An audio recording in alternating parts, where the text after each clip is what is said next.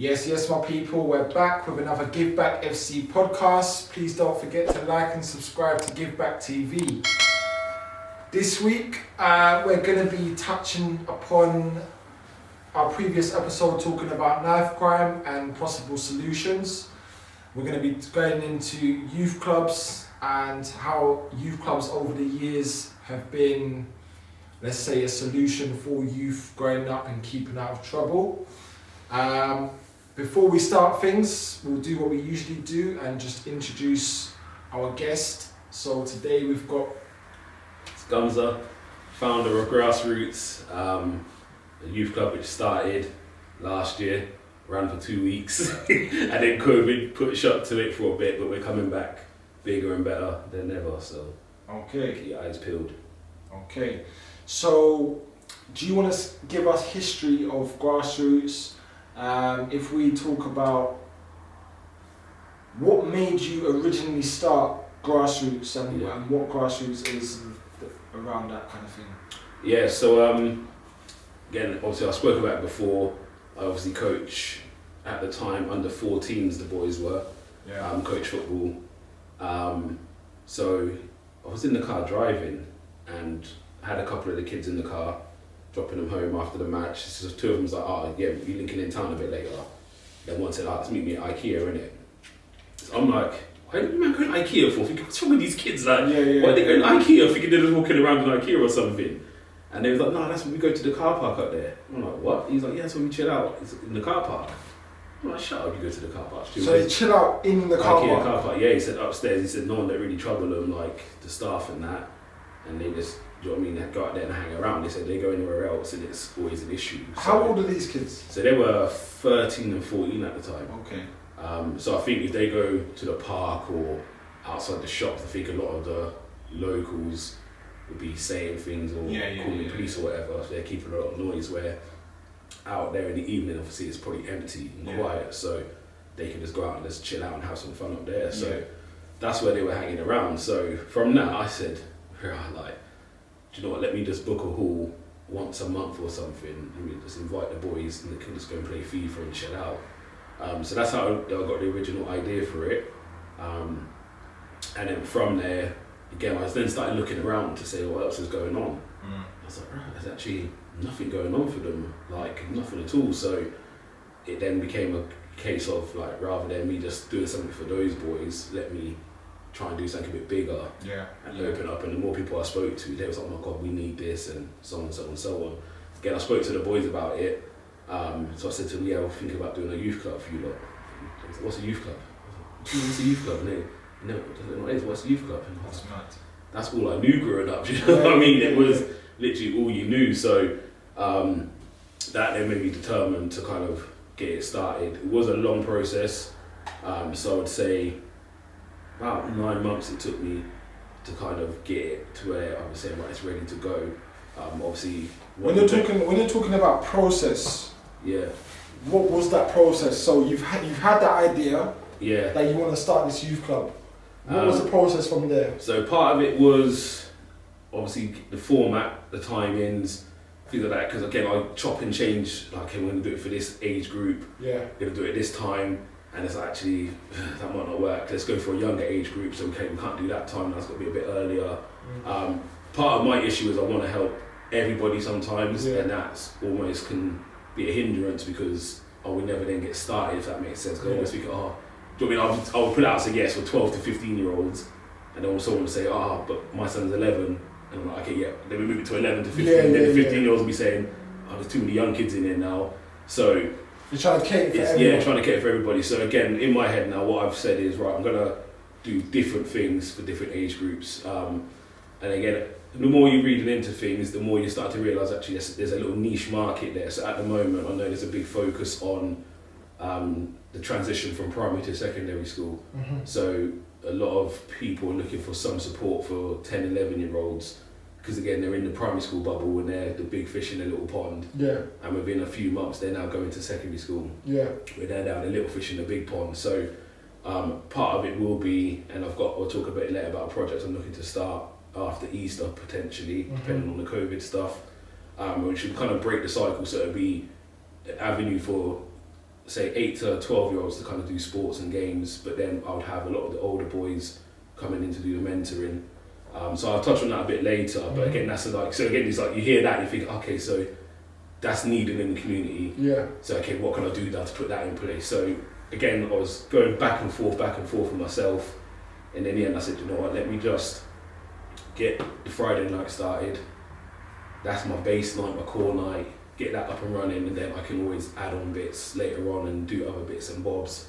But the main thing is just getting one thing out there to start with, because again, in my head I'm like, it's 15 ideas, and I would then waste time thinking of all 15, whereas it's actually not. Start with one, get it established, move on to the second one, and the third. So yeah, it's the process was a lot of thinking how it's going to work, speaking to people, thinking about what I went through, then youth clubs I've seen over the years, and then I had to start with the policies and procedures. So again, these are things that will normally get missed, and then something might come back to bite you later on down the line. So spent a lot of time going through policies and procedures, getting some risk assessments in place, even looking at the bus timetables. Because again, for me, I'm going to have kids coming from all over the place, hopefully. Where are you based? So we was in Coley Park Community Centre. Their staff have been so supportive, to be fair to them.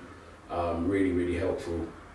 So again, it was kind of, I've got kids coming from Whitley, some from Tylehurst, a few from Caversham. So it was a case of, right, when I do this, what I don't want is the club to finish at 9 and then the next bus until 9:45. Then you're going to have kids outside messing around, or something, it's too much time to kill, so then something bad could happen, or do you know what I mean? I don't want that on my conscience as such. And for me, it's about, okay, how do I plan this club in around the bus timetable? So the club finishes, you've got 10 minutes to get your stuff outdoors, buses coming. So even that went into my thinking when I was doing it. Cody's been really, really supportive. The staff there are brilliant. Always willing to help, got good ideas as well. Like even when it comes to equipment and stuff, like we've got this, you can use that, we can use this. Even now they send me little bits of like, there's some training going on, you can book onto this. So they've been really helpful in helping me get to where I am now. So okay, so good stage. You mentioned about equipment. I think the problem is a lot of the youth, a lot of the young generation, they don't have a clue what a youth club is. Yeah. Okay, so what type of activities or what type of things do you guys do or will be doing in the future with these children? That's what we're going to know. So, as I said, for me, I'll touch on a bit of the past here. So, growing up, when I first started to do work with youth, I was about 18, I would say. Started from a football tournament. Guys, it was a place called Churches Together in Caversham. And they're the start of me, to be fair. At this time, I wanted to do IT. I was in college studying IT, not enjoying it. And then I was coaching, there was a men's football team, and it was started up from the churches, and it was for kind of boys who have done some offending. And it was like, right, we put a team together and gives you something constructive to do on the weekend. So I'll never forget, first game of the season come. So a lot of Caversham boys. And then I said to me, I'll come sign on for you lot. So first game of the season comes Sunday morning, I wake up, thought, where's the match? So I called like 3 of the guys, no one knew where the match is. So we all scratching our head thinking what's going on. And then in the end we had to give up the points. So the guy who runs it, I'm going to say his name because he's like instrumental to my development, and I think especially a lot of people in Caversham, we owe a lot to Chris Evans. Okay. So I spoke to Chris on the Monday, we used to train at Rivermead, and he said, I didn't think of that. He was like, I don't know what he did in the church, but he done something in the church. So he was like, Sundays I'm not free because I'm in the church. So I was like, so he's taking the team, and he said, well, why don't you just do it? And I was like, all right then. So from 17, I was managing a men's football team. So we were all young, but it was like I was organising it and the rest of it. So. And that was the start of Maple Dance. Was that a kids' football team? No, it was men's. It was in the men's league, but we was all aged between, I would say, 16 and 19. Okay. But you were 17? Yeah, I was like 17, and I was running it. I've run this team for years. Another guy called Alan was really helpful. He was really good with us, to be fair. So it was mad. So again, it was like, we weren't run like a proper team. It was literally, we'd just turn up on a Sunday, play. I remember one game we went there, we had no keeper. My brother's got in goal, and he's got like gardening gloves on. Honestly, aren't some stories. So we had some players. So both James Thompsons, a guy called Steve. There was loads. There was Harry, Nathan O'Connell. There was all the Caversham boys.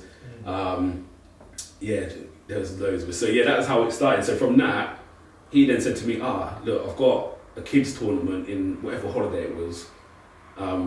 We've got a couple of boys at Amersham Road who are going to play, but would you want to coach them Monday to Thursday in the half term, and then on Friday take them to the tournament? Yeah. So I said, yeah, I'll do that. So never really coached like this before, you know what I mean? Yeah. Gone and coached them, and bear in mind these boys are probably like 4 years younger than me, okay, but they can play. So honourable shout out to like Puff, JJ, Jemiah Medford, like Liam Wallace, like these boys can ball. So when Liam Wallace, yeah. The team was bad. You had like Leon Medford there, Steve, Andrew. Yeah, they were like all the Amersham Road boys. So we've gone to the tournament. I ain't had to do that. And these men smacked it up. So from there, I come back and the guy said to me, "Look, you were really good with them. Like they all said they had a good time, blah blah blah." So he said, why don't you come and help out on a Wednesday? We do a youth club. I was like, okay, cool. So that's how I got into it. So it kind of started from the coaching, and then from there I got into youth club, and then I actually enjoy the youth club side more than the coaching at that stage. So was this in Caversham? Yeah. So Churches Together in Caversham, it was called. It was mad. Like them years there, you can't ask anybody. It was crazy. So even now, how I'm running want to run my club. Yeah. It's based on that.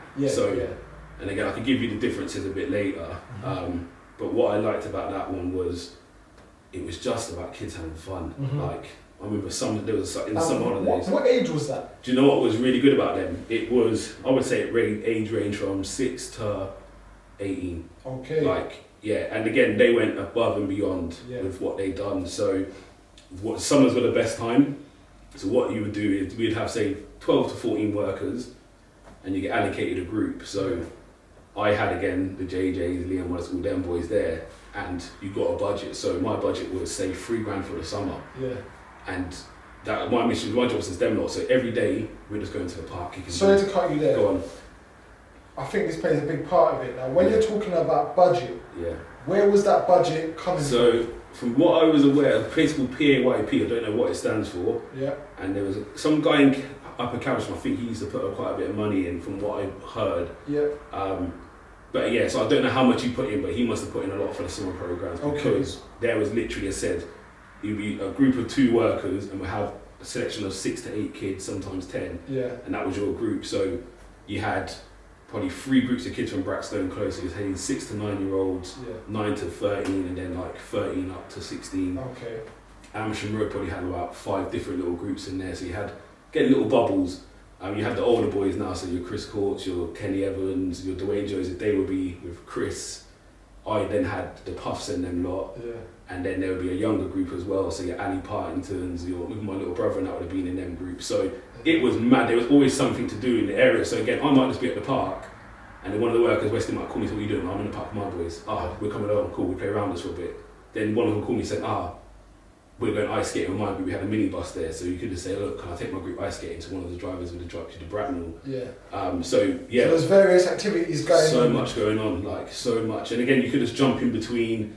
Like it was that summer was just mad. It was just so much going on for us. And again, there were little trips. So sometimes they'd organise a trip. It would be like canoeing on Thames, say. And then he'd say, like, I've got 50 spaces. You want to book your kids on? You can book on. So 10 of them might say, I want to go.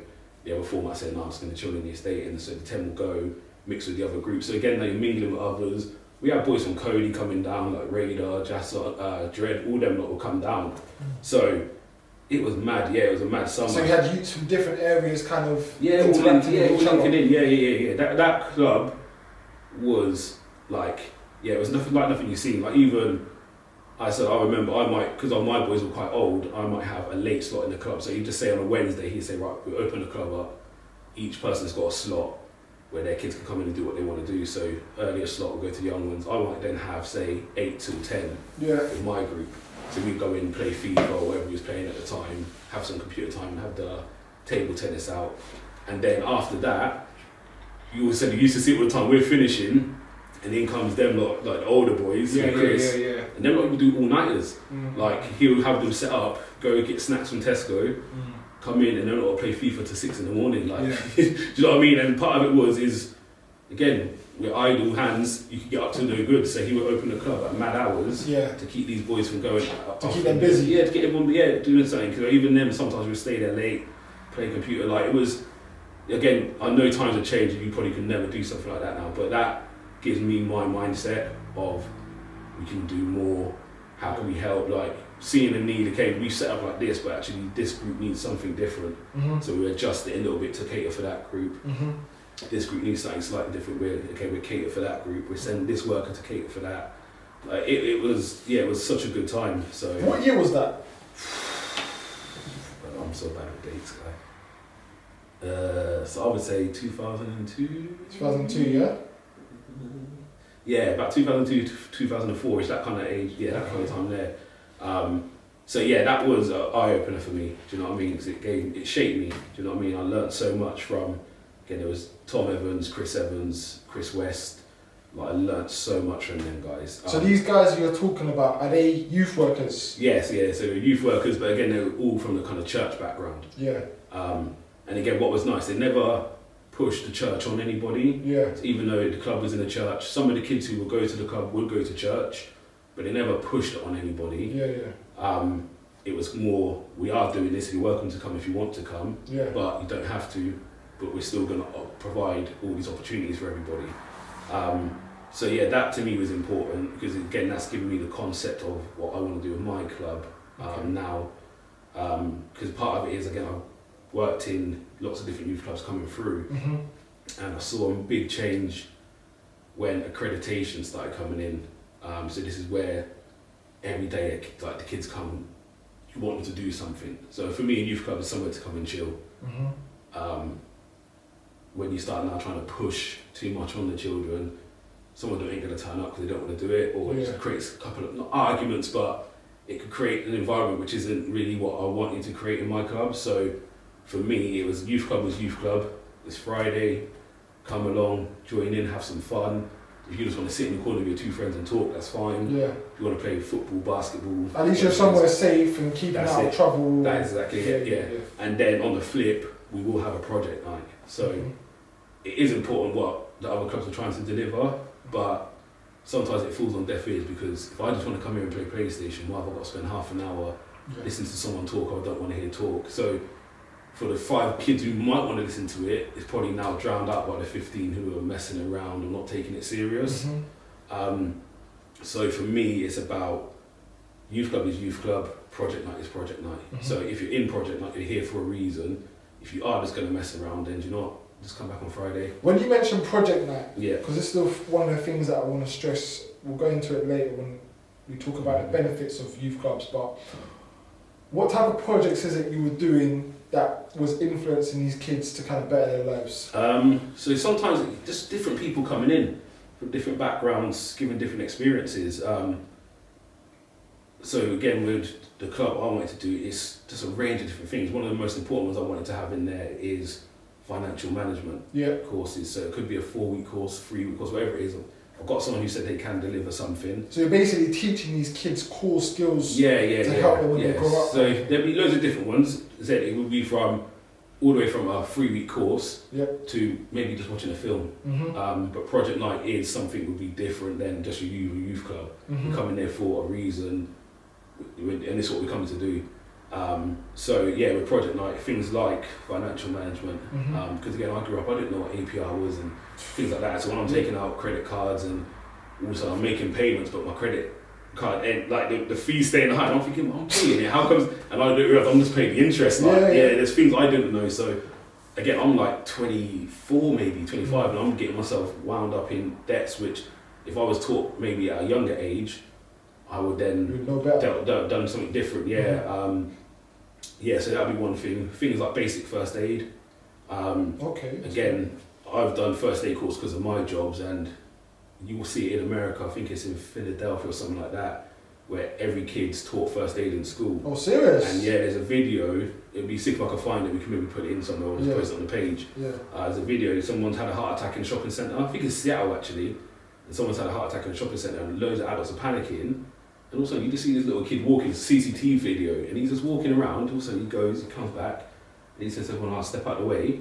And again, it's mad because adults are, he's a little kid, and adults have kind of stepped out of the way thinking like, but again, because he's so calm in the way he's talking, obviously you just let him go, and he's put the pads on, hooked up the defib, pressed the button, hit the shock, he's kept the man alive. Yeah, and it's like, do you know what I mean? If I was to drop, would my son know what to do to support me? Basic life skills. So that would be one of the things I'll be looking to implement in there.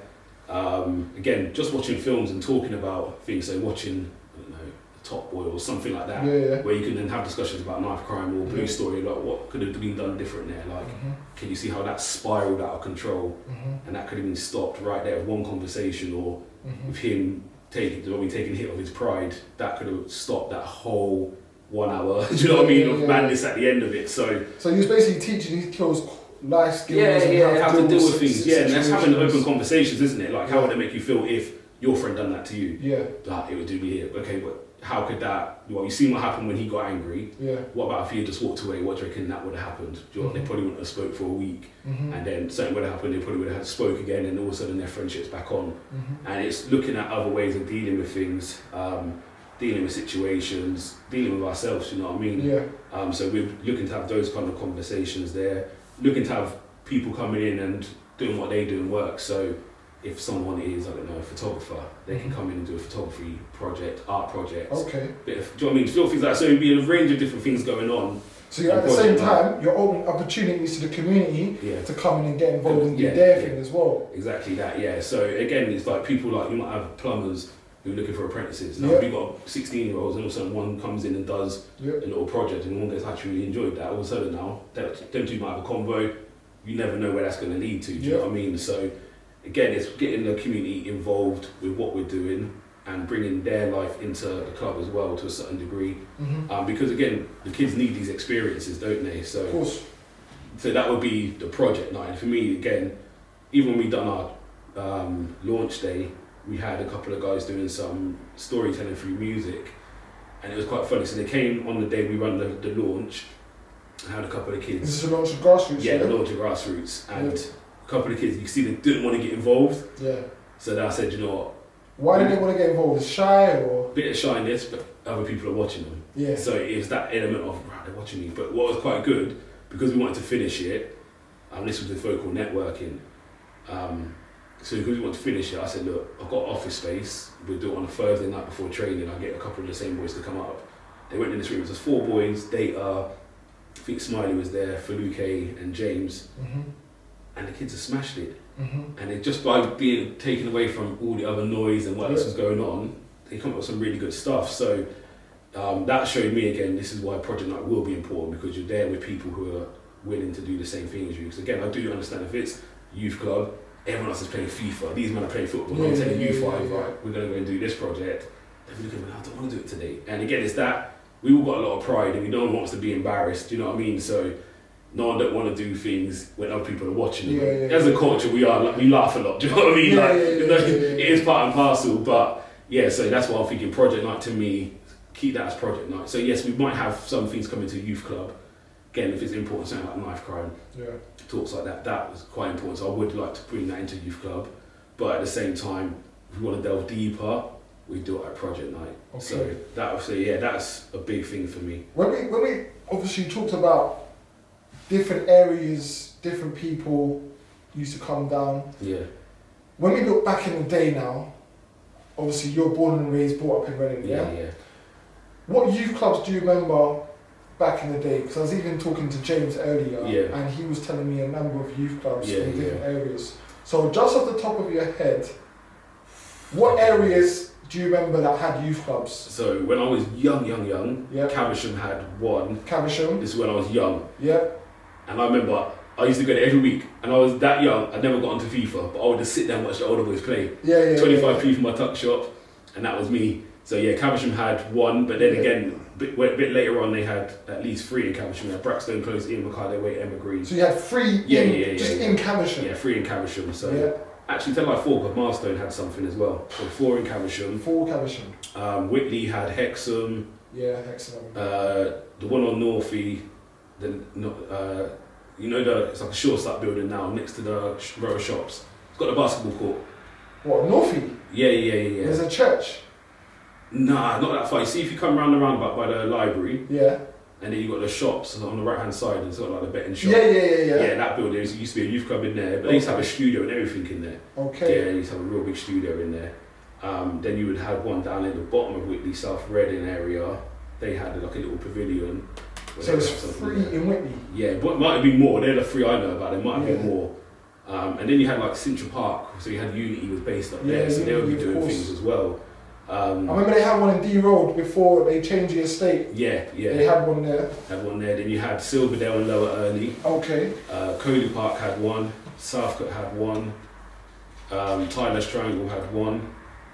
So yeah, there was a number of things going on. Right, cool. So off the top of your head, you've named about 10 different youth clubs. Today, how many youth clubs do we have?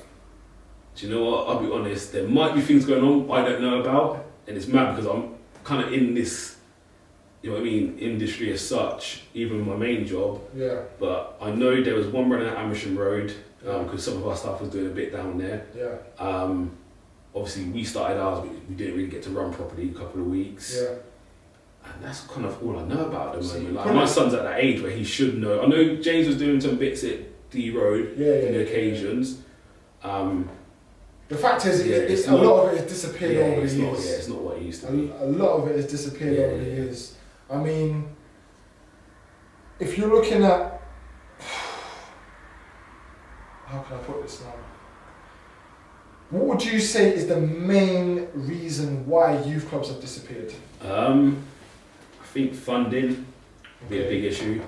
The funding comes from, correct me if I'm wrong, I believe from the government down to the councils who branch it out to charities, the smaller areas, the investors and whatever. They give it out to, right, Amersham's got this, Whitley's got that, and whatever else. Okay. So I believe government, obviously, not trying to go on the political side, but this is the difference with kind of Labour and Conservatives, isn't it? It's like Labour would, and I get it, you can't run a country just pumping money out all the time, but in what I do, I see the benefits of Labour being in power. Because again, they're creating more jobs for the local boroughs, they're investing in the children and young people.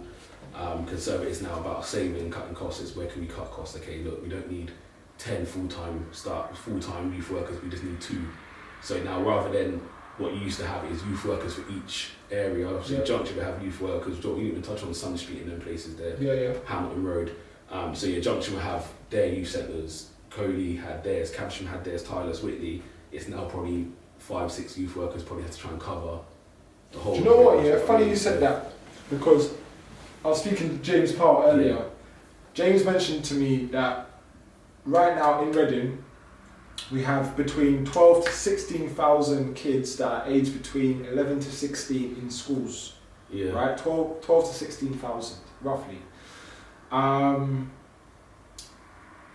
There's only 2 detached street workers that are working with these youths currently, James being one of them. So it ties into what you're saying. Back in the day, you had more street workers, more youth workers. Now, you've got 2 detached street workers. And for people who don't know what detached street workers are, correct me if I'm wrong, but they're basically youth workers, but they go out more on the streets. They're out on the road itself. And they'll literally go up and talk to you. So whether you're in Caversham or Tylehurst or Whitley or wherever you are, you'll catch these men on the street. But it's only 2. 2 to deal with how many youths, how many scenarios is mad. It's you're fighting a losing battle, aren't you? Like, hats off to them.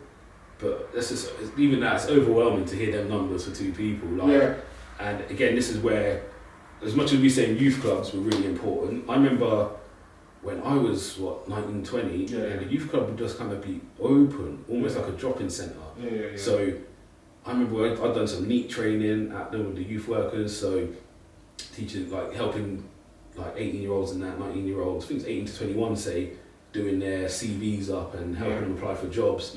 So even that stuff's so important. Like, again, if you didn't have, I know now most people got a laptop and a lot of phones now are compatible, so it does applications where you can probably look at your phone, but them times if you didn't have a computer, you can go into the local centre and there'll be computers set up, and you can go that. I mean, even that, so I think we touched on it, Central. Central, we only had a room with about 8-10 computers in there. You go in there and just do what you got to do. And they said that was even a youth club night. It was just every day at one stage we would just go to Central after college, just head to Central. You had the Marcus in that playing table tennis. Do you know what I mean? Making enough noise. We had the younger ones maybe on the computers on My 5, I think it was called, and do you know what I mean? Things like that. But again, it was just places you can go. So not even on a youth club night, but you was just. It was somewhere that would take you away from the streets. Yeah, give you something to do. Yeah, 100%. So, yeah, and even that with what you're saying with 2 people. So places like Central and that. Yeah. I'm guessing they were funded by the government. Government funded. Yeah. Okay. Yeah, and again, I wasn't one who spent a lot of time in Central. Yeah. Again, it's maybe a period of my life where I was at college, so maybe 6 months. We would go down there, and to be fair, when I first started DJing, when we needed a space to practice, Central gave us a room upstairs. So this is when I was with the firm, and we would go up to Central twice a week and have a little upstairs room and we practice music up there.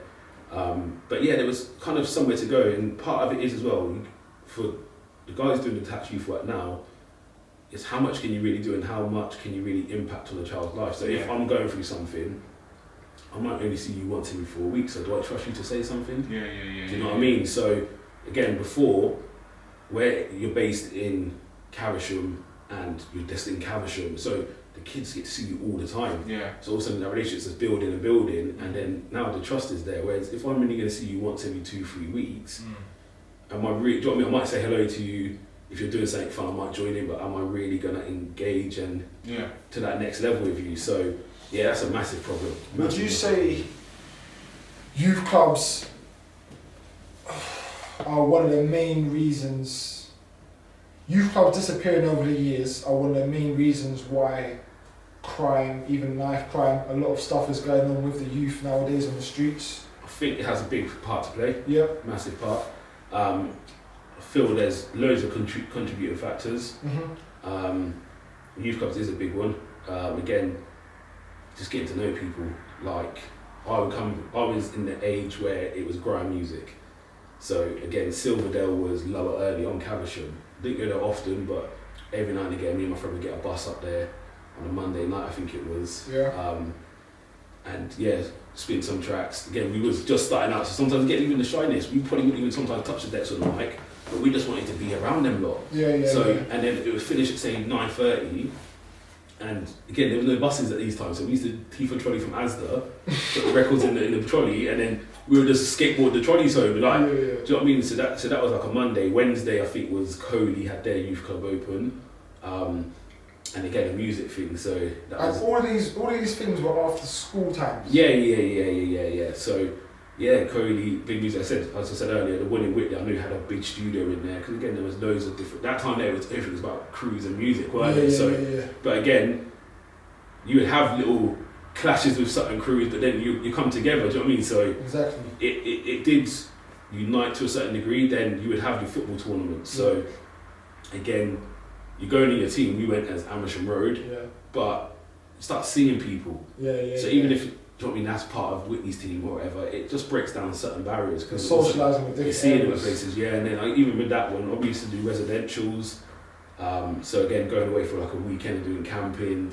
So again, all of a sudden now you're mixing with other people from different places. It makes a big difference. It really does.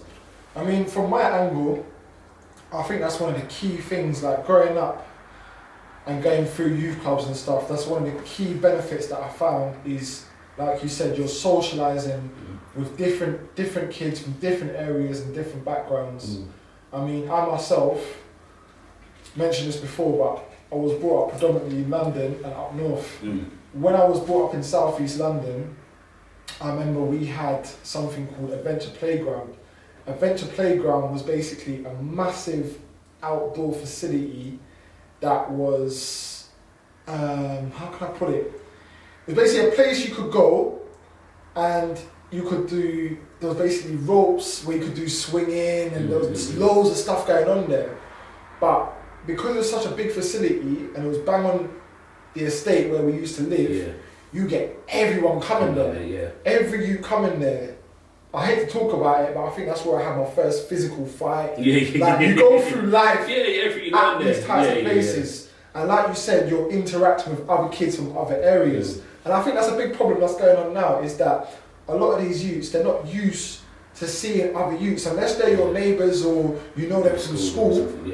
These youths, when you're seeing them on the street, they're just anybody's to you. What you could have in, you look at Coley, Southcote, you've got Little Heath, the Wren, Prospect, all within a stone throw of each other. So you're going to have Southcote, Coley, Tyler, D Road, Oxford Road, all kids from that kind of area go to them 3 schools. Now all of a sudden, I might go the Wren, you might go Prospect, we might live close to each other, but all of a sudden now we don't get on. But if we had a youth club there, now we'd see each other. Now I know you know your people, you know my people. Do you know what I mean? At the youth club, we might just play a little football together, and all of a sudden now we and you now get on. We're good friends. Yeah. So it's those things make a big. And like you said, you might have the odd fight, but then it's policed in a way where it's dealt with there and then. It's one of them ones. It's part of growing up. I remember even I moved up north, so I moved to Sheffield, and where I used to live in Sheffield, it was predominantly, put it this way, it was predominantly a kind of racist area, so predominantly white area. My mum, she's come from a Christian background, so she used to go to the church that was based in our state. That church was predominantly a white church. Right. My mum thought it was a good idea, which I don't blame her. It was a good idea, to be fair, to send me to Boys Brigade. You know what Boys Brigade? Yeah, I used to go there, So mum was going to Boys Brigade, but what my mum didn't realise, obviously where we're living on a white estate, and there's nothing bad, nothing wrong with it, the kids that are going to this Boys Brigade are coming from a white background. So it was good for me when I look back at it, because I'm now interacting with people who are not from my background and my culture. These kids weren't racist, but they're coming from a different culture where I'm having to learn how to interact. I'm learning about them, they're learning about me. And it was those types of small activities and small gatherings that when you go up in life, you learn how to deal with people. You learn to manoeuvre in it. So when you don't have these types of facilities and these types of structures around you, when you go out to the open world, whether that be secondary school, whether that be college, whether that be uni, whether that be the working life, you sometimes get lost. You don't know how to deal with people, how to act with people, how to conduct yourself, how to again switch it on, switch it off, isn't it? Literally. Not saying you can't be you when you go into an environment, but sometimes you've got to learn, you've got to tone that down. You've got to take your hood off or be presentable. It's just understanding that different people. You've got to go. It's saying many people used to do military service and that. Do you know what I mean? So you've got to have your boots clean. Do you know what I mean? How you present yourself is very important and things like that. So them things are important. And from a young age, I didn't realise when I first had my son the importance of children's centres. So he would just be around family and friends. So he's now gone to school or nursery and he's quiet as a mouse. I'm not saying nothing. Up to school, don't say much. And that's because maybe when he was, again, I was quite shy when I was young, so he could just be like me.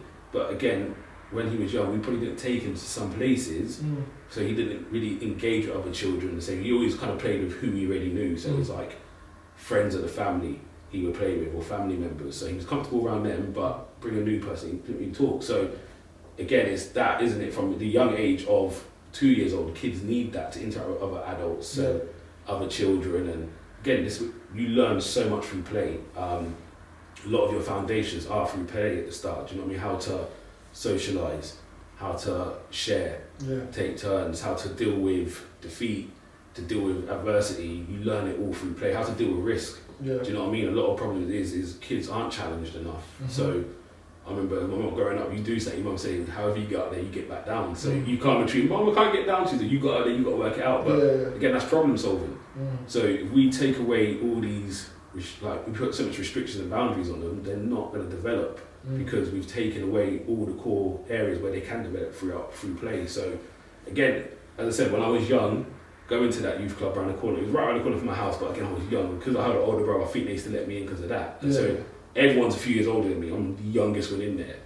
As I said, I would go every week and sit in the queue for the PlayStation. And this is when FIFA was slanting, bruv. FIFA used to be slanting like this. Like, when you see FIFA now, it was slanting, you run up like that. So I was sitting there weekly, bruv. I didn't touch this thing once. But I'm just a part of it. Sometimes it's being a part, but again, I had to deal with them situations. I could be doing something, and I say, yo, move. Okay. But again, it was, you took it, I was young, I couldn't say that. But even that, going to school the next day and telling people, I was here, like that gave you a good feeling. It gave you a feeling of belonging to something. Yeah. But again, you then learn and you watch the older boys, you learn certain things, you know what I mean? So, yeah, you do learn so much from them environments, especially for the young ones coming in. And I speak to my boys all the time and I say, you guys have got massive kind of responsibility for me, because anything I do, I'm calling on you lot, and you can't tell me no, because I've done so much for you, don't want to hear no. So again, I spoke to them the other day, and what I would say I will touch on, I'm looking to start, I said after Easter, hopefully weather's a bit better, hopefully the COVID restrictions are relaxed again, is because Saturday, pull up in the park and play.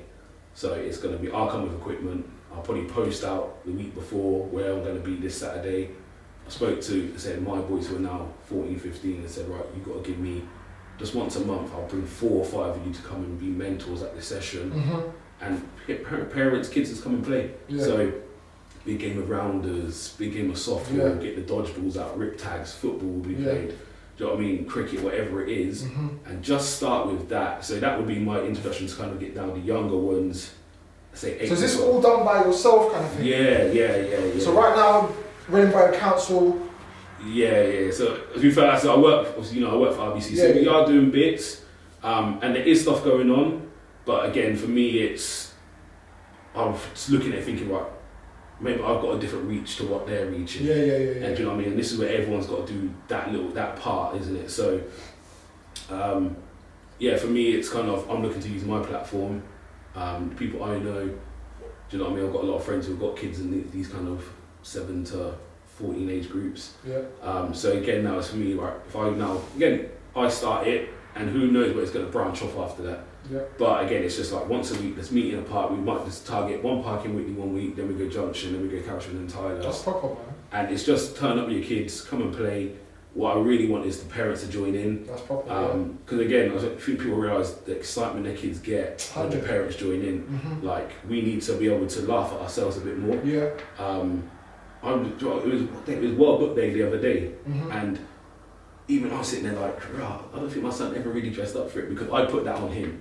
Do you know what I mean? Like, I'm a man who feel embarrassed to do certain things, so then he would then feel embarrassed to do that. So sometimes we've got to let our inhibitions go and say, let me make a fool of myself. I can't do a handstand, but let me do a handstand and let the kids laugh at me. So now, if you can't do a handstand, you don't feel away because you just saw me do it and do it wrong. Do you know what I mean? So I think there's a lot of fears around making mistakes or looking silly. And again, I do get these kids got their phones out all the time. So again, it's them kind of things like, nah, actually not, don't film it, let him do what he's doing. But it's just, do you know what I mean? There's little things of, let's be silly. Do you know what I mean? Yeah, let's be silly, because I don't think kids now feel they're allowed to be silly to a certain degree. Do you know what I mean? It's quite sad, because that's a big aspect of playing and just having fun. And I think we all are so serious. I think that's the thing, that kids are struggling to be kids. Yeah, they've got to grow up too quick. And they naturally got to do it now anyway, with all social media and everything else. It's too fast. Yeah, it doesn't help when, as parents, we're probably putting more expectations on them. And don't get me wrong, there's some things that they will never be as grown up as what we were at that age. So, like, my mum would go work, me and my brother was probably, 10, I was maybe 7. And my mum would go, she didn't work fast, she worked around the corner. But again, this is where community was important. I could knock any door along my road and say, again, we knew we had that one house where we would go there, any issue, we'd go there, that was the main house. But if do you know what I mean? If I couldn't go there, I could go to any other house and they would just let us in.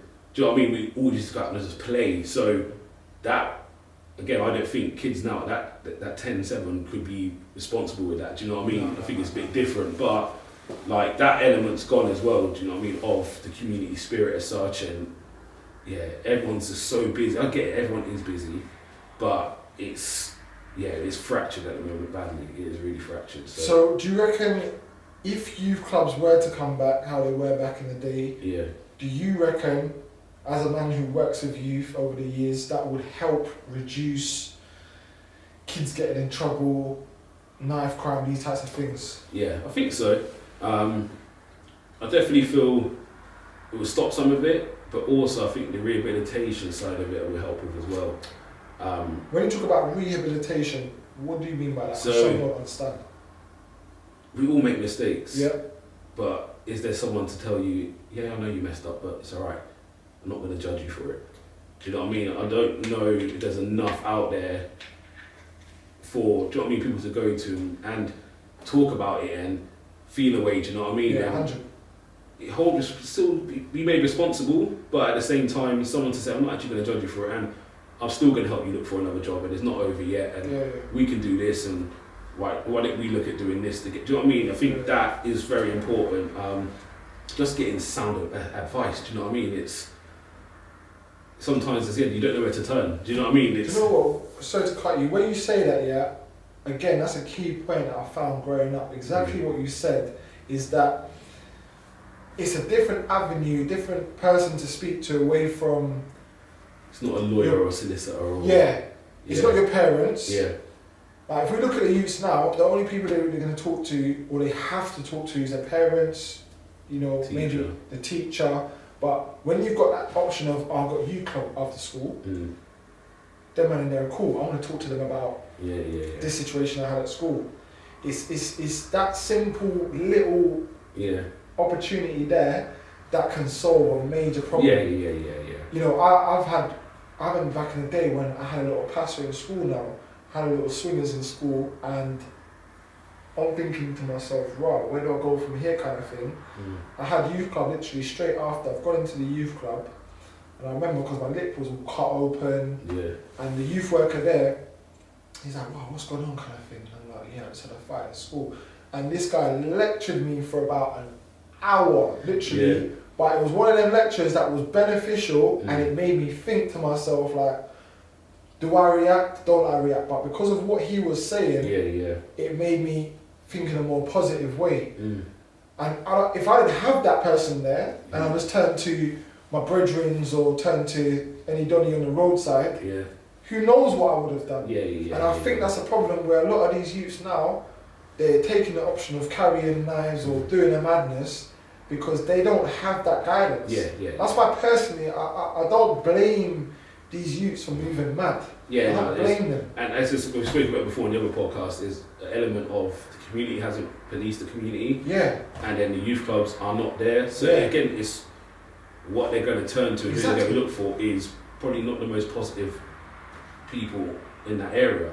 Because again, they're only going to turn to people they see. Exactly. So if we're not noticeable as a community, they're going to turn to the guys who are just chilling outside the shop or do you know what I mean, doing whatever they're doing. So the youth workers are major. Like, and the more we talk about it, the more I'm realising actually, do you know what? It's. I said when I was first started out in Caversham, we had the churches together in Caversham, which is what I started with, and you still had the RPC Youth Club, who was still accessing the same area. So they were still doing. So we might have 1 or 2 nights with those kids, and then they're putting on a night with the same kids. So also they're getting 3 or 4 days of activities and just being able to be somewhere. Then you had, like, when I was kind of got my full-time job, we had a thing called action zones, which were for the younger kids, but it was turn up and just kind of play and engage in activities. We had loads of them. We had about 7 or 9. They're all free. So we had holiday clubs, which parents would pay for, and your kids would be there from 8:30 till 6 o'clock. Because obviously parents are working, but then you had the other ones where the kids were just in the community, nothing to do, they could just come in for a couple of hours, do whatever we're doing, and then go home, and then we open up again in the afternoon. So even to those had a massive effect on a lot of the kids. Like, I remember I used to kind of work at the Amersham Road one, so we'd have like 40, 50 kids in there throughout the day. When you talk about Amersham Road now, because James mentioned, he said I should say it to you, what's this dream team? What's the dream team? The dream team was the dream team. the dream team. The dream team. What's the dream team? Yeah, that was the dream team. You said you man used to take youths to like Fort Park. It was. Explain what the dream team was. So the dream team was a collective of youth workers. Okay. I don't know how it got put together, but it was the dream team. What year was this? 2006. You said it was about 5 of you, man. Yeah, so it was. I say names, so obviously James Pyle, myself, Marilyn Medford, Jasmine O'Connor, I think her surname was, and Stephanie Watson. So Stephanie's gone on to start, what's it called? Building the Youngers. Oh, okay, building Yeah. that. I know about building Yeah. So Okay. Stephanie's wanted to start that. So that was the dream team. That was the Big dream up the team. dream team. The dream team was different. The dream team was different. Yeah. And what type of things did you lot was So doing? again, it was just music in Hampshire, but the vibes, like, you come in and tunes are blazing with dancing, like, Connect 4 was a big thing, Uno was a bigger thing, but again, it was just the vibe, we all bounce off each other. Was that team was it set up and funded by you lot, or did you have help? That was RBC. That was RBC. So that was Reading Borough Council? Yeah. Okay, That was cool. Reading Borough Council. But yeah, that there, as I said, just, you know, like what I always taught where job I'm working in now, when we work at our clubs and stuff, when the kids come in, greet them with a smile. Like, just the basics like that. And again, it's so easy. That was more than a smile they got greeted with. But I said, you're just hearing tunes blazing. And like, as I said, you know what James is like already. James is live for the party. Then Marilyn, she's a dancer, she's a Medford, so that side of the Medford's all singers and so that's Rare Sounds and that's Auntie. Yeah, okay. So so she's now got vibes. Jasmine's even got more vibes. Like Stephanie, like it was just vibes. Like honestly, it was just. The kids were enjoying it. Then. Yeah. And again, it was kind of not saying there wasn't. Don't say wrong. There was rules, but not saying rules are broken. But it was just wasn't strict. Like even in the hall, you go in and it was like 2-on-2 football. Yeah. All day. So it was winner stays on. Yeah. Hey, who's my partner? Blah blah. Like it was just. The energy was crazy. What age of kids did you have there? So again, it would be like 12 to 17, 18. So, but yeah, it was just a vibe in there at the time. So, James mentioned you lot went to Fort Park. What trips do you remember? Yeah, Fort Park was a good one. So, I don't think you remember, but yeah, like that was a good trip. I remember someone was sitting on Colossus. And we were going up and I heard, yo, your seatbelt's undone, you know. And I was sitting there like, yo. So yeah, Fort Park, said bowling, ice skating, we had a bowling alley in Cowcoat them times. Just trips to the park, like barbecues would be out. Yeah. Like, we've done a lot of stuff, man. So there's multiple activities that were getting these kids active, busy, socialising. New experiences. So what I like about James is, sometimes I'm like, oh, would they like it? Yeah. But James is like, we're going to go and do it. Yeah, like, standard. We're just going to try it and we'll work it out. So yeah, like he's very, very good with that. So yeah, there's different experiences. Again, I know now when I stopped doing that and I think you guys started to come through, James from Reading Refocus will be doing trips to Birmingham, trips to London, stuff like that.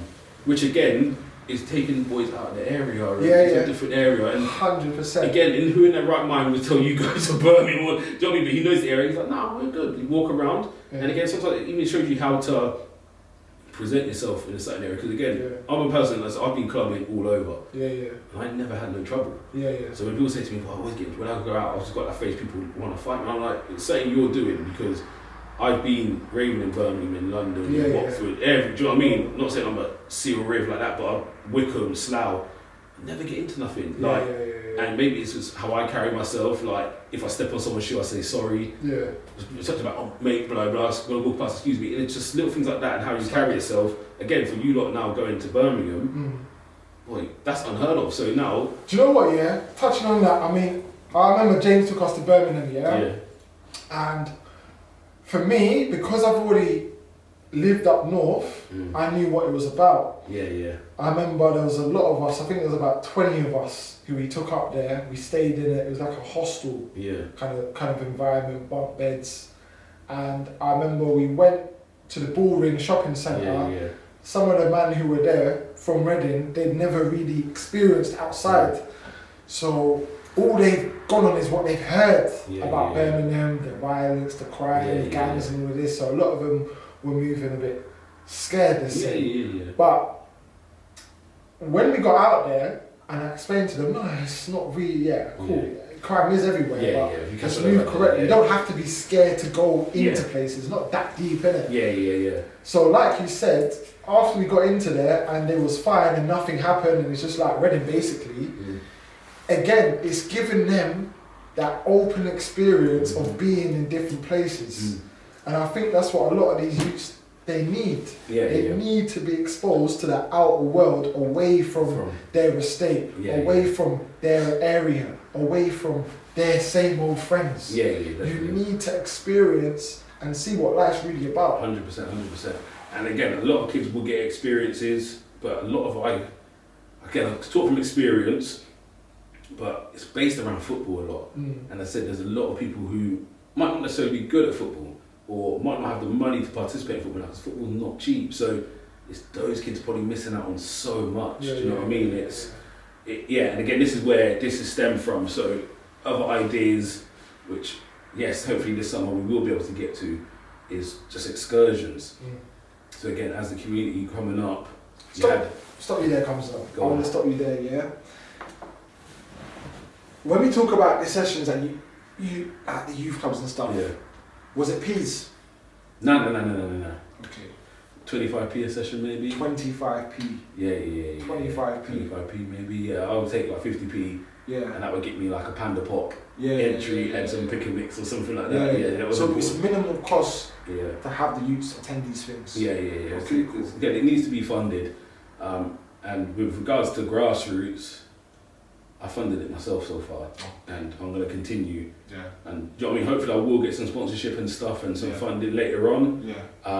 But at the moment, for me, I've been asked to partner with some people, and the reason why I haven't is because I don't want no red tape stopping me from doing what I need to do. Don't get me wrong, I'm not saying I'm going to have the kids doing a madness and what I mean, be reckless, but what I found with some organisations is we want to plan a trip to, I don't know, bowling alley.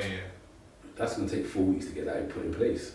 But I want to be able to, if I turn up on a Friday and there's only 7 kids there, Charlie, man, jump in the bus, let's go. Do you know what I mean? And just head there, or what we're going to park today. Like, I don't want to be restricted by a lot of other stuff. So that's why I said, you know what, let me just run this for me. Like, yes, it's taking a hit. So even now, during COVID times, like, I've took on a second job just at the moment. So part of it is where I'm taking some of it and teaching my son about investing, and we're looking at doing some of that, and the rest of it on the same. I'll put that there, and that goes into Grassrootz. And so your thing is all self-funded right now? Yeah. I ain't got a big job either, but you find a way. And to be fair, like, to my people who've helped me, like, honourable shout out to them, because no one's asked me for a penny. Like, so I've had obviously my boy Lewis King, he's one of them people who he would do anything for anybody. Like, so he's again. Once I said the idea, he's like, I mean, just let me know where and when. Do you know what I mean? So he's been different. Jason Belgrave, been helpful. My nephew Jordan has jumped in. He's helped. And then we've had Gemma from SKG. She's been brilliant as well. And again, even with her, she's done bits, and all she says is pay for the shopping, and I come and donate. Like, so you know what I mean? That's what I wanted to mention. It's good you mentioned a female, because youth clubs is open to males and females. And that's where I've had people come and say, I'm happy to do bits and bobs, and it's helpful because as a male, I'm very good. So even if you go to the club, after we've done the first week was like the promo, cool. Second week we ran, and I come away, and again this is me reflecting, I come away and said, I think the boys had a lot of fun, but was there much for the girls to do? So that's something which I know I need to try and improve on if it means I need to get more help. Again, for boys, as long as they've got a PlayStation or football, they're quite content.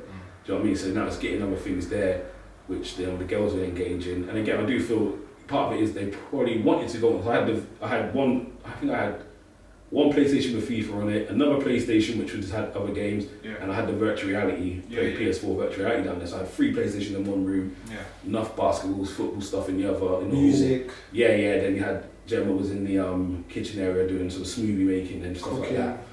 So there was a lot to do. Various activities, but so if you don't like one thing, you can try other things. So now what I'm looking at is there's a bit of corridor space where I'm thinking, what can I put there? And again, a bit more space. So again, it's not just kind of catering, let's say, to the females. I need to be able to cater more to them. But again, I could see some of them would probably want to go on the VR, but it was that nerves of, all these boys are in here, no, I'm not going to do it. But again, with time, hopefully that breaks down naturally. but again, we had the dominoes table in there. We was playing. Dominoes got beat up in there that night. So there's a lot going on. And again, with time, I think, and again, what you saw is again, just kids from all over. Yeah. So to be fair, there was a few kids from Coley who were just walking past and saw it and said, "What's going on?" I was like, "Come in." But a lot of it is because of obviously me having the football team. I reached out to them and said, "Yeah." And so a lot of them boys come in and they message a few friends and they come. So again, there was a lot of kids from different areas. Do you know what's mad though? Yeah, I don't know if you noticed this, but kids don't realise what youth clubs are. No, they didn't. They really didn't. Even James, he said to me that he was speaking to some youths and he's mentioned about pool table. And I'm like, what's a pool table? I don't even know what a pool table is. Yeah. Like, it's mad. It's mad. It's actually mad. It's quite scary. They have been. I remember being a kid and on a Sunday, I didn't go often, but my granddad used to go to after dark. So it was like enough Caribbean men were going on a Sunday and playing dominoes. And so Sundays, my brother used to go more, but he was sociable, and I was miserable as a kid. So I will get every now and again. But they had like a little arcade game, like a Space Invaders, and other bits. And I don't even know why I remember Prawn Cocktail Crisp. I don't even know why I remember Prawn Cocktail Crisp in there, but I remember that. So I must have just used to get a packet every week. But again, if other men have got their grandkids in there now, so you're just playing with different kids, like you don't know. And again, the pool table, so you get the stool and you go on the pool table and you play pool. And we was young, I was real young at them times, like I said, probably like 5 or 6 or something like that. But again, it's just the community, do you know what I mean? Because these same kids that you're meeting at these functions now, when you're seeing them on the roads, you know them from the function. Yeah. So it's already cool. You know, it's the same. So even when I was coming up, I was good friends with Justin. Ed was like family. I think his dad and my dad, I don't know if they're cousin now, but we say we're family. So we grew up with them, and then Kane as well. So that was like, as kids together, it was inseparable. And obviously we moved Caversham, so mums and that were still close. But obviously you get to age now, primary school, and that we're not seeing each other as much. Secondary school come, not seeing each other. And again, I'll never forget. So it come down to, I don't even know how we got into a clash with them, man. The music clash. I don't even know how. But we've gone there now for the music clash, and like, I'll come away and I'm saying to myself, is this the next youth club? Yeah, so we've gone Cody. I don't know. I can't remember how it even started. I think we must. So you might have gone to the next youth club. Yeah. It was like an organised clash kind of thing. I don't even know how it started. Okay. I really can't remember. I don't know if we went there and sang it. I don't know, but we went to come back. So we've gone back, and I was saying to myself, I'm sure that's Justin. Like, and the man's a big dude now, isn't it? Like, we were grown men, we're like probably 15, 16 at the time, something like that. Not grown men, but you know what I mean? So I probably get really part of him for like 10 years or something like that. I'm sure that's Justin. And then the name Kane come up, and I was like, I wonder if that's the Kane who. And then I'm looking, and I looked at old pictures, and I was like, let me go and find the old photo albums. And I'm like, right, that's them, man. So again, after that, me and Justin now are blessed again, and it's mad, do you know what I mean? So even that, so it's like, growing up, it was, me, Justin, his sister Asha, Kane. Then we used to be really good friends. I used to be really good friends with Leroy and Christian, the twins. You might not know them. So Leroy and Christian, real close with them lot as well. So again, even now you see each other, and it's like cool. And again, them lot started DJing as well. So it was mad. So again, we distance for years because I now come Caversham. But you had that original. But all of a sudden you see him again, and it's all love again. Do you know what I mean? So it's. And that was so important, and that goes back to like the excursions and stuff like that. So, do you know what I mean? I remember I used to get, like, your coach would stop at Rivermead first, then it would go to Riley's, Pool Hall, then it might hit Whitley, and then you go off to Southsea, or wherever it was going. Do you know what I mean? So all you smell on the coach is fried chicken, boy. So that's what, when I started, it's called the corned beef sandwich and fried chicken. That's what it's called, because that's the memories, I just smell it. So, so like it's them things which is so important. And again, when we spoke before, we don't really have christenings no more. Like we just don't. Do you know what I mean? There's not many weddings. Like, do you know what I mean? So the functions, even like birthday parties now are different. It's more a man will put on a rave, charge £10, and that's my birthday party. Do you know what I mean? Rather than it used to be a birthday party it's a birthday party. The bar's free, like you come up, you grab a wall, you rub it up, and whatever it is in it. Like, and even that kids would be running around. I remember going to weddings and sliding about in my suit trousers, just playing it. Again, you don't even know half the kids there, but come like 8 o'clock, that's it. Kids are just running riot. So like those things aren't really happening as much no more. So again, if I can now, for me, I've only thought of this sport like the pull up and play the last 2 weeks I've been thinking about it. And this again, you know, sometimes it's just an odd chance you do something. I went to the park with my son, not last week, the week before, on a Sunday, and we're kicking the ball around, whatever, and then my brethren is in the flats across the road. Here comes that. I said, hold on, what are you doing today? How are you there for? Boy, about half an hour, 45. I'm coming down. Came out with his boys about 9. So we're just kicking ball. I said, bruh, like, man should just be doing this weekly. Do you know what I mean? And that's how it's come about. Don't get me wrong, I've done these sessions before on my main job, but again, it's just like, right, on a Saturday, why don't man just come to the park and every man just link up? And we know it's there, we know I'm going to be at this park, this time. And that's what you both your boys interact with each other, even though they're different ages, they're still 9 interacting. And again, so my son's now helping him, setting in balls, going to have a shot, blah, blah.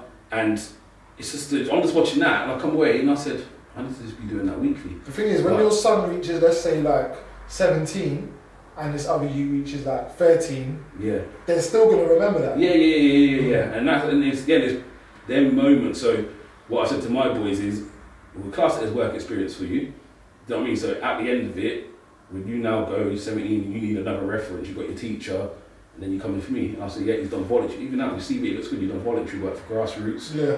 These are the things I was doing. Do you know what I mean? So it just gives you that. And again, what I'm saying to them is, you lot got your club on Friday. So Friday is 12 to 16. That's your club. So you lot come and have fun. Saturdays, you're going to have fun, but then you've got to have a different mindset on because you're supporting and helping. So it's not about you 8 leading that game of football and just dominating. Mm-hmm. No, do you know what? 2 of you maybe play football and support the younger ones.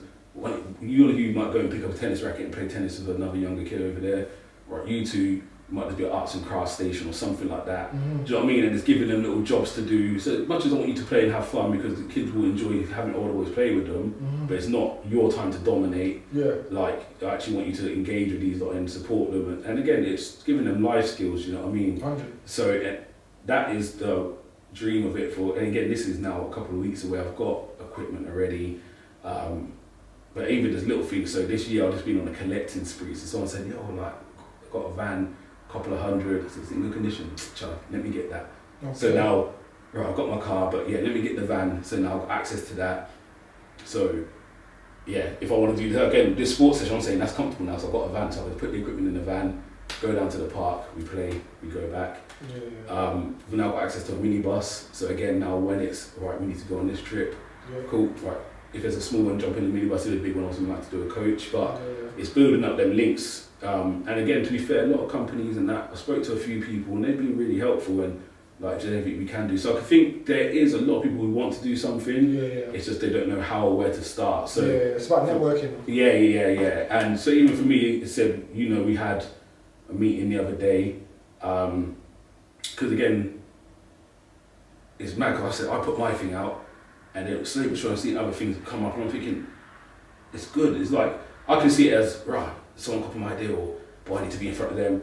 But I'm like, nah, it's about everyone doing something to help each other. So I saw you delivering for another company, like another project, like you've been helping Bro & Co. Do you know what I mean? So even our launch night, Bro & Co came down. Do you know what I mean? And it was like, right, okay, so you lot are now linked up and then you got Building the Youngers, and you lot have linked them with them lot. It's like, okay, cool, you lot have done that as well. So it's like, right, these lot now. There's a lot of people in the same wavelength. Yeah. There's the Oma Foundation. So again, it's now like, and again, I think she'd be helpful for me because again, they're gonna not mainly work with females, but that's gonna be kind of their target. So again, it's like, right, if I've got this, and I know, all of a sudden I'm getting like a few girls come down and they really need some support. I now know I can reach to her and say, look, can you come in on a Friday and to spend some time with these lot because they need something. So again, it's about networking. As like I said, there's how many thousands of kids, so not one person could deal with all that.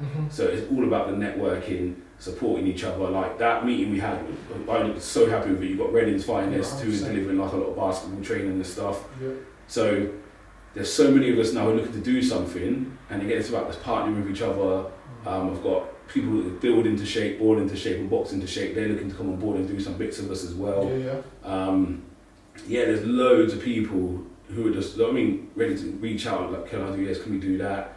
Or I've gone to them and say, look, I like this idea, would you be happy to bring that to the club and we do something? So I had in my head a project for this year for Carnival, which would be having a corner, because again, the stigma on Carnival and young people has been bad the last couple of years because of what's happened in the park. So again, it's to show that not every young person is a bad young person. No. Like, let's give them some structure, let's give them something to do, and let's create something to show that actually, if we give them something to do, look at what they've created. So again, the idea behind it, we'd have, hopefully we'll get a section.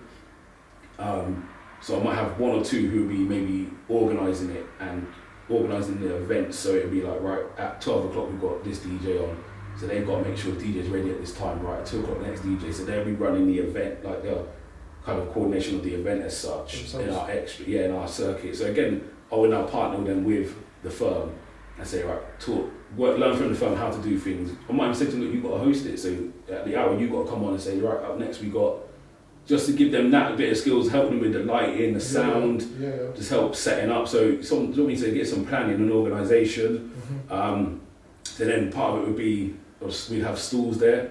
So again, using the SKGs and other Kira's cakes, people like that. So we'd create food and cakes and then we'd sell. Then we had a couple of girls who plait hair. So again, it'd be a 6-week project of teaching the kids how to plait hair. So again, you know the little twisted girl kids used to get, just something like that. So you can braid the hair for like £1, just do a little twist in the side, £2, maybe a little face paint. You're teaching them basic life skills. And but again, it's kind of, so on the day of the event, if there's little kids running around, they want to get a little plait, they can come to our store and get a plait. If, again, what I was thinking is doing like a little t-shirt design, so now we can sell a bit of merchandise there. And again, put all of the kids in the same merchandise who are working for us, and just give that bit of ownership. And what it would be for me at the end, whatever we make, again, have some tubs out there for people to just give in. Whatever we make, you lot who've been involved in the project will now decide what you want to do with that money. So it could be you want to buy something for the club, or do you know what, there was 15 of us who took part in this project, those 15 are going to go Fort Park. Do you know what I mean? So whatever they now make, they now get to spend it however they kind of choose to. So that was, for me, it would have been a real good thing for Carnival.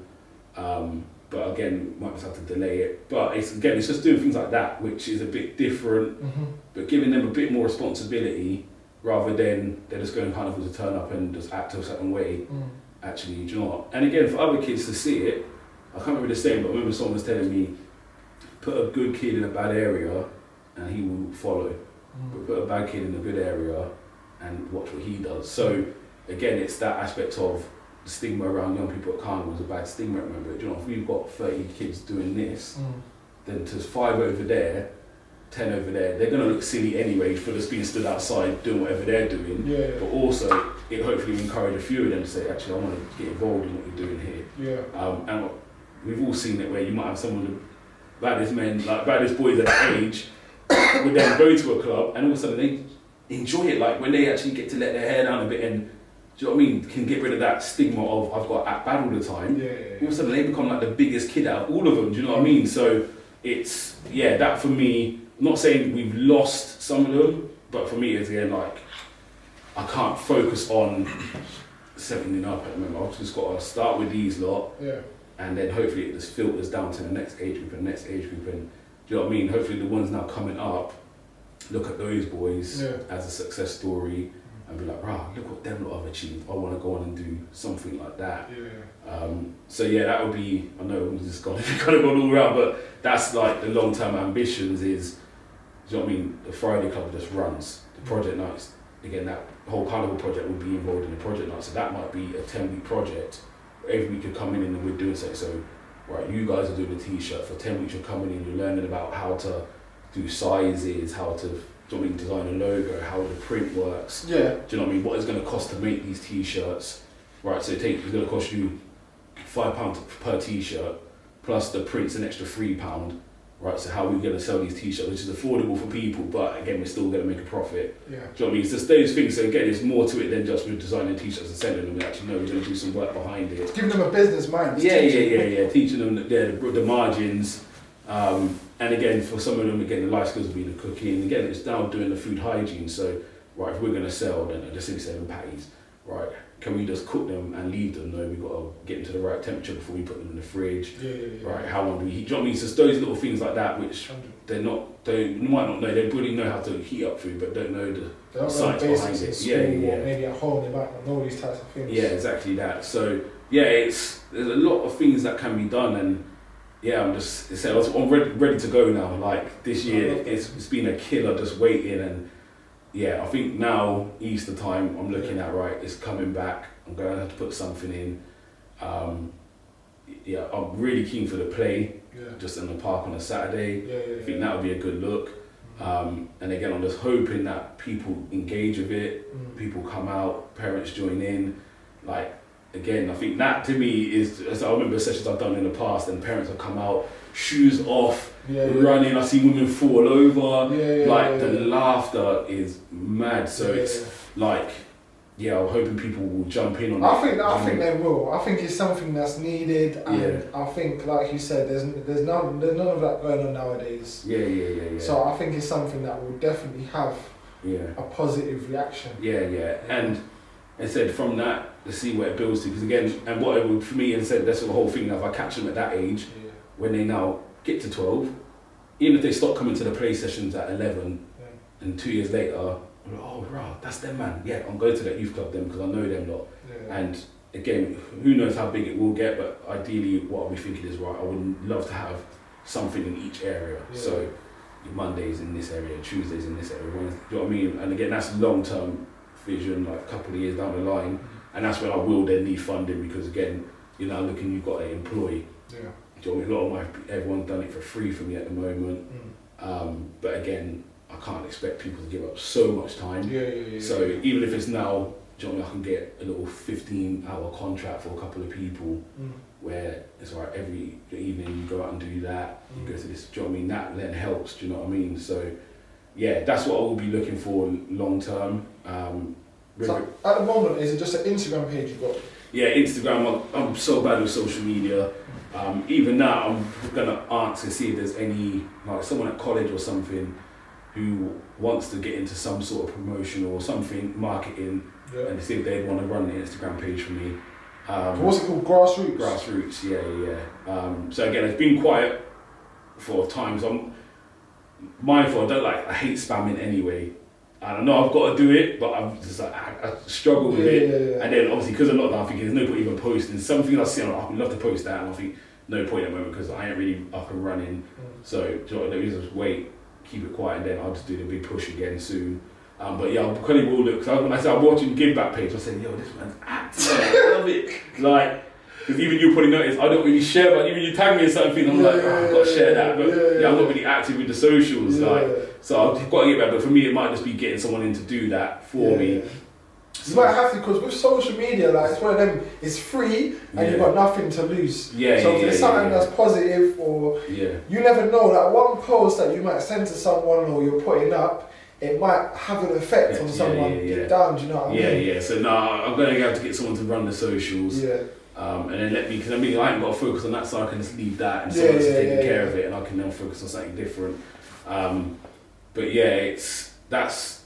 You will start seeing now the page will start becoming more active within the next week, 2 weeks. So I start posting, get it together. And then after lockdown, hopefully we get the activities. Activities start going now. I think it's time, and it's time to go. With everything that's happened this year, because even little things like I was in communication this time last year, or maybe a bit earlier, I was in communication with the local police. Told them the idea of what I'm doing. They loved it. I've said to them, I want you lot to come in. And I said, we need the local police in there. I need the police to engage with these kids. We need to change the mindset of them. Because the stigma the police might have on us is probably a negative one sometimes, and the stigma that we've got of the police is a negative one. And I remember growing up, and there'd be police officers who come into the cages and play football with us. The difference that makes is when we're now at the shops loitering, the police know us. So they're coming to the football. You know you need to go home now, don't you? But we're just doing this. Boys, look, go home. Don't let me go speak to your mum. Alright, I'm going. And that just, do you know what I mean? There's no tension because we know who he is. There's no tension with it.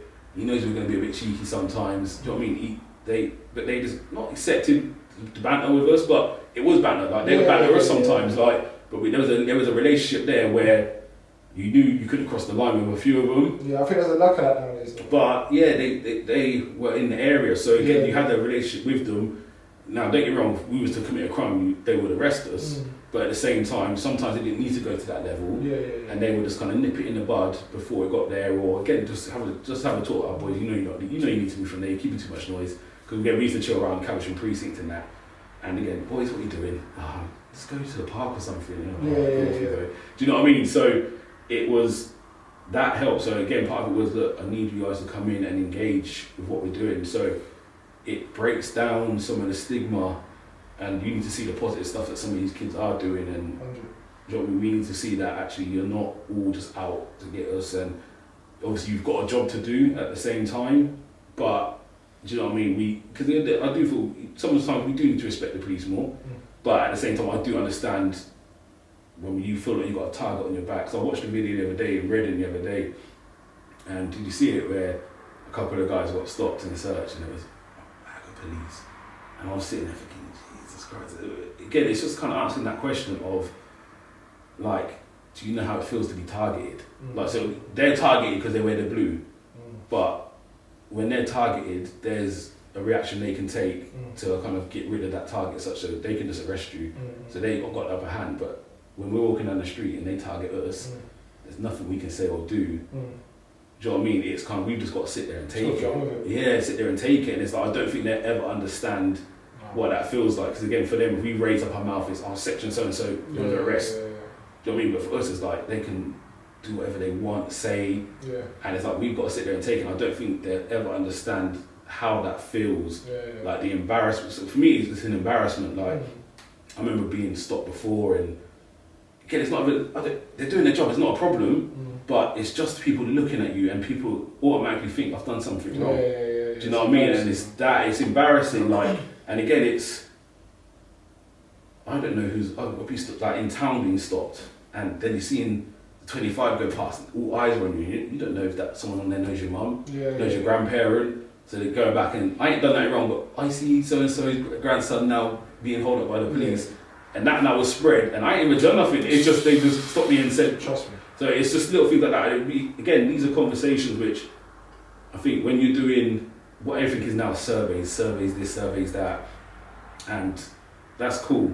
But you know what, when you actually have a conversation with someone and they tell you, actually, no, do you know what, and not on an argumentative tip, but have a proper conversation, that probably will resonate more. And again, it's accepting they have got a job to do. And again, with knife crime, how it is, if they're stopping searches, I'm not against it, because I'd rather know that I'm safe, my son's safe. Do you know what I mean? So if it means there's less knives on the streets, it's a good thing, but there's ways around it. Do you know what I mean? So again, if you're just a smiley, or, how you doing, mate? Look, you know, we're still stopping searches at the moment. You got anything on there now? Do you mind if I give you a quick pat? Blah, blah, blah, blah. Mate, alright, cool. Alright, on your way, mate. Thanks very much. Brilliant.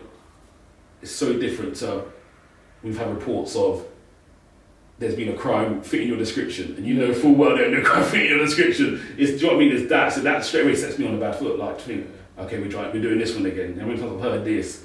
Like, so just say, look, there's a lot of knife crime at the moment. Do you mind if I have a quick search? If you ain't holding that, do what you want, innit? Like, do you know what I mean? So it's just little things like that. So again, for me, that would be a massive part of getting the local police involved in what we're doing. Do you know what I mean? And again, you never know what will come from that. So yeah, that's a big part for me. That's a big part. It's true. Well, closing on that, I hope this episode has been a massive insight for people to realise the history of how youth clubs was back in the day. Hopefully, what Grassrootz is going to do for the future for our community as well. Hopefully, this will influence people as well to maybe look at getting into youth work, getting into opening up their own youth clubs as well. And yeah, it's definitely I feel something that is needed, especially with knife crime going up, not just in our community but in other areas as well. So I'd like to say a big respect to yourself, guys. Respect. Can I ask you a question? Because again, I ain't known you for long.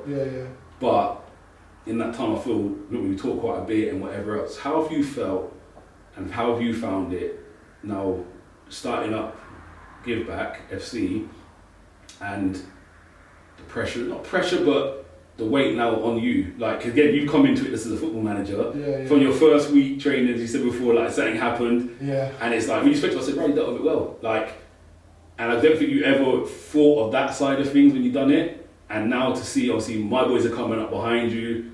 Like, how does it make you feel doing what you've done so far? And do you feel the pressure of it? And what choices have you had to make, do you know what I mean, to your newfound role? You've got a big role in the community now. You've got a massive role. Give Back. It's doing some amazing things, and I don't think you ever realised the effect you would have. So, to be honest, I mean, with the whole Give Back thing, from starting it up until now, I mean, it's something that is deep to myself.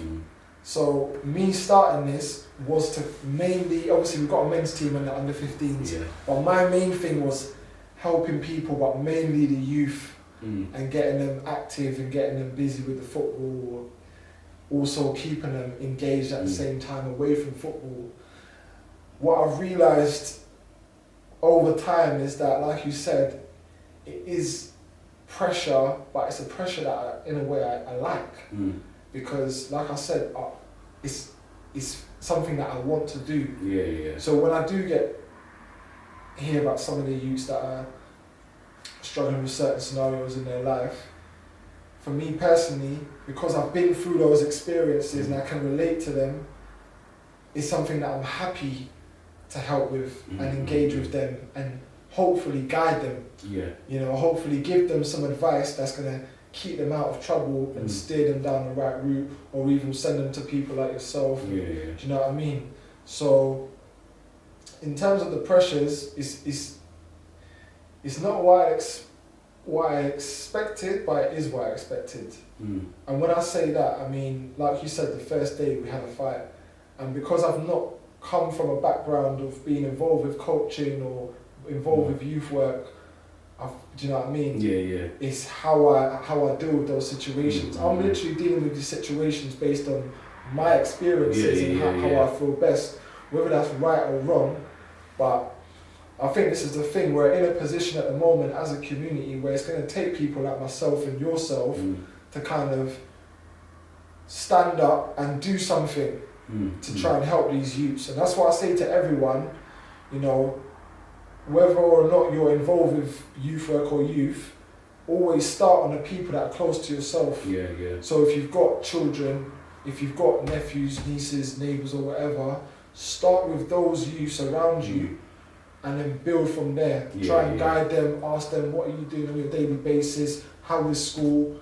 Do you need help with anything? Are you keeping out of trouble? I don't believe it's just being nosy or whatever. I think we're at a position right now where we have to literally go out of our way and do these types of things. 100%. And that's why, I mean, James Powell, he was a major part in me starting this Give Back thing. He was a major part. If James encouraged me, I had this idea in my head for a couple of years, but James encouraged me to the extent where he's like, you need to put this into place. You need to put this into place. You should drill it into me. And I'm glad he did, because if he didn't, I don't know what I'll be doing right now, and I don't know where half the men that we have involved with the Give Back, where they would be. You know what I'm trying to say? I'm not trying to big up, we're saving people, but... No, it's true. Sometimes you don't know, innit? Like, you think it's something small, but to that person, actually, it's massive. That's right now for them, innit? As I said, it's that feeling of belonging. Like I said, my boys played Basingstoke on a Saturday, which is semi-pro. Give Back on the, not semi-pro, but the first team's a semi-pro team, I should say, sorry. Playing a really good standard. Sundays is, again, what we kind of said the Sunday team is, some of my boys who are playing like centre-backs and stuff like that on a Saturday don't want to play there.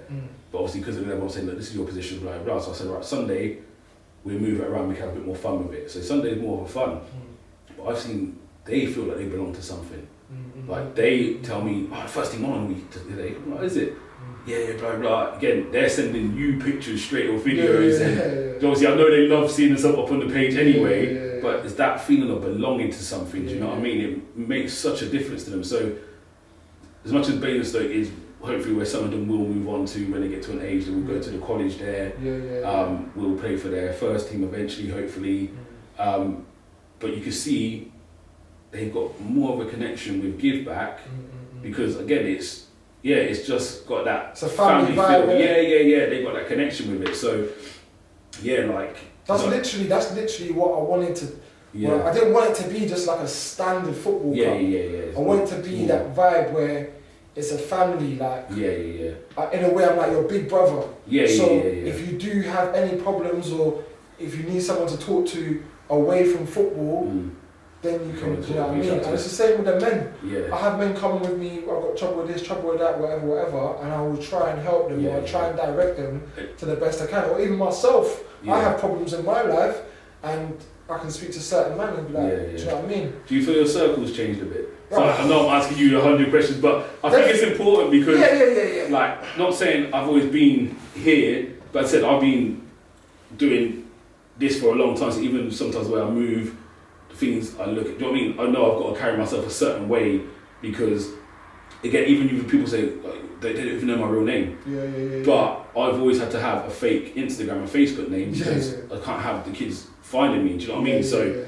in schools they would know me as my name, so they searched for my name on, this is like Facebook days years ago, they couldn't find my name on there because I had to make sure I keep myself separate. So I've always had to carry myself a certain way, and that's taken me a long time to work out. I remember when I was first doing youth work, like sometimes they say, look, I know some of the kids that come into the club are older than me, and I'm the youth worker, so it was very difficult to sometimes switch out of that mode, because again, I'll be youth workers at 9 o'clock, 10 past 9, or 9 o'clock club shuts, 10 past 9 we pack away, them outside, I then walk home with the man there and we catching jokes. So it was a hard transition, but from that moment I kind of this is what I do now. So I've had a lot of years kind of moulding myself, do you know what I mean, in this position, whereas you've just been sprung in it. So literally. Like, how have you found that, like the circle, the conversations you're having with people, like even things man saying, can we do this, and you think, like, I can't even now get involved, or I can't even go to that, like especially with COVID, you can't be seen to be breaking COVID rules and saying, do you know what I mean? Because you've got a responsibility to, now the next boy's coming up. So how have you found that? I mean, to be honest, definitely, since I've been involved with Give Back, it's changed my life, and it has changed my circle in the sense of like, the way I conduct myself and the way I prioritise my life. Like, obviously coming from a certain type of background, I've had to think about, like, especially with the under 15s, more so what I'm doing affects the Give Back, because I need to think about the way I'm conducting myself, if it's the correct way, the people I'm around. Even just, let's say like basics, like if I'm around a kids team, for example, I don't want to be swearing or whatever on the sidelines, because I need to know that I'm setting an example. So it's good for me and it's good for them. Do you know what I mean? So it's definitely changed me as a person compared to what I was, 100%. But I haven't completely like got rid of the circle of people that I was around, but the circle of man that I'm around, they know like this is what I'm trying to do in my life, and they're supportive. If they're not supportive, then they're not the right type of people for me. You understand? So it's a different. It's the mindset has to flip in it. It's a strange transition. The amount of people that I've met or the people that have been contacting me out of nowhere, like, can't lie, it's crazy, and especially when I've come from that type of background. And you know, youth work is something that I've been trying to get into for a while, to be honest. But it's definitely a positive change. 100%. It's definitely a positive change, and I'm glad that it's an option, or it's a path that I've taken. And I'll be honest and said, from the moment I first met you, the change has been mad. Like, I remember, I think the first time we maybe spoke, I was like, right, he's actually a real bad man. Like, bro, so even your voice is not changing, but you said it's different. So you can see the way you're conducting yourself. Like, the first time I met you, you weren't smiling as much. Do you know what I mean? Do you know what I mean? Whereas I think Jordan now was obviously been doing it a bit longer. But even I was like, rah, boy. I know, it's crazy. So even what I'm wearing, like, I'm just trying to be like more presentable rather than just a blacked out tracksuit. But it's mad how it does do that. And, but it's all positive, and again, you would see now the amount of people who watch you and be like, oh, okay, if I could do something similar, our age group or younger or even older, innit? Like I've said it all the time, you lot inspire me so much at the moment because you guys ain't scared to do things or, like I said, we was always kind of growing up to, you work for somebody, do you know what I mean? Whereas you lot saying, no, I'm starting my own t-shirt company, no, I'm starting this, or I'm gonna do that. So even for me, as I said,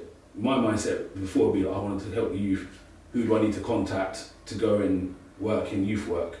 Whereas now, this one said, nah, I need to start something for myself. And that's come from watching a lot of the younger lot who are, do you know what I mean? Pages are springing up everywhere. I'm thinking, man, they're just doing their own thing. Like, so, yeah, as I said, people don't realise the impact you lot are having, even though it might not directly be in the same field, but just even, say, just teaching us to say, actually, I can just start something up. Set examples, innit? Yeah. So no, it's really beneficial what you lot are doing, man. Like, it's a pleasure to be a supporting cast and watching the growth, man. The growth has been mad. Like, it's mad. But on that positive note, guys, we're gonna wrap it up there.